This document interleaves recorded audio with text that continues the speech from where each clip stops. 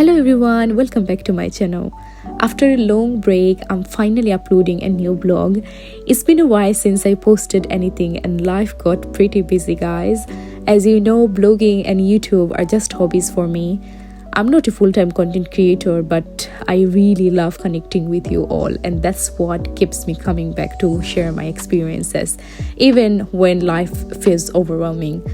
I'm not always consistent, and I admit that sometimes it just stresses me out.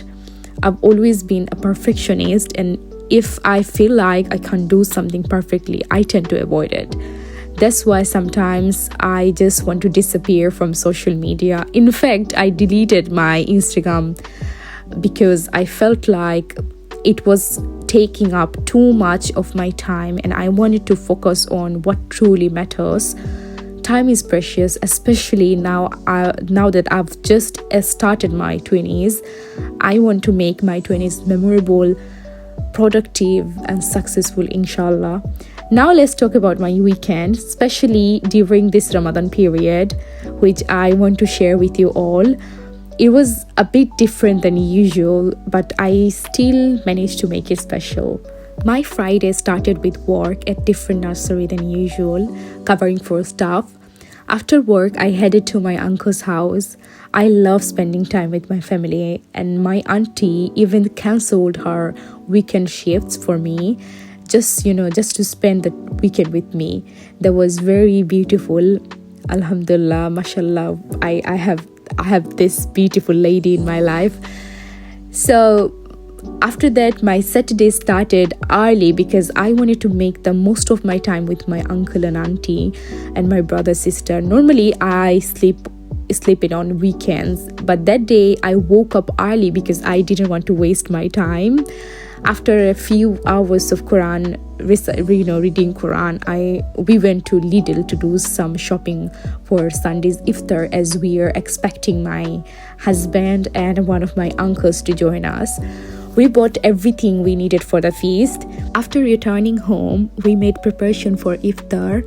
I made aloo pakora, which is aloo chop, and salad.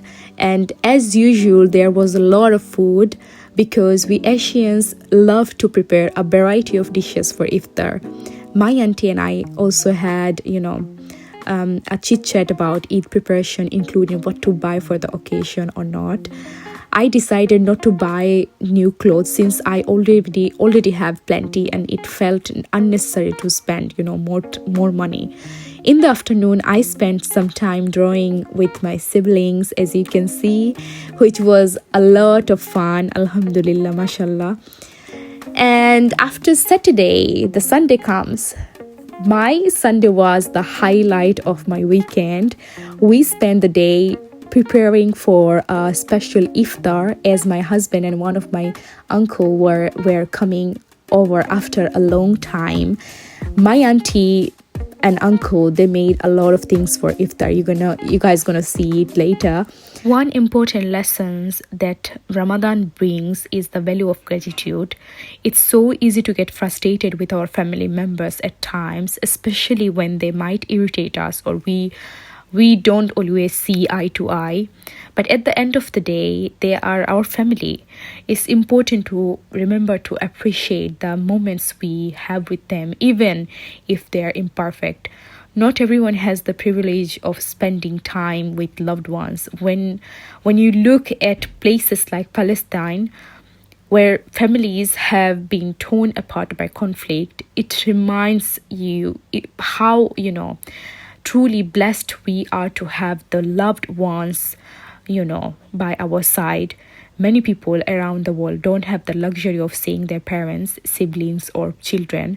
So even in those frustrating moments, be grateful for the family you have, because you never know when that time might be taken away. We all need to be more down to earth and appreciate the blessings in our lives, big and small. Ramadan teaches us to reflect on our lives, to be thankful for what we have, and to never take our loved ones for granted. This is the time to cherish every moment, be kind and love unconditionally. I know it's so easy to talk about being grateful, but in real life, it's so different. I know this from my personal experience. I am very emotional person, to be honest, and so if anything happens with my family, I often cry, like I really cry. But I've learned to forgive while also believing that it's important not to forget, because remembering the hurt helps me stay more mindful of how I communicate and act moving forward. So just forgive but not forget, always remember.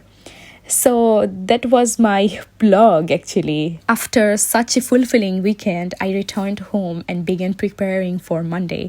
As the work week was about to begin again, Ramadan has been a time to reflection, and I'm learning to appreciate the small moments and focus on what really matters. You guys also learn from this, learn from your mistake in this Ramadan and try not to do it again. And lastly, thank you so much for watching my blog. I hope you enjoyed hearing about my weekend. I'll try my best to stay consistent with my updates, inshallah.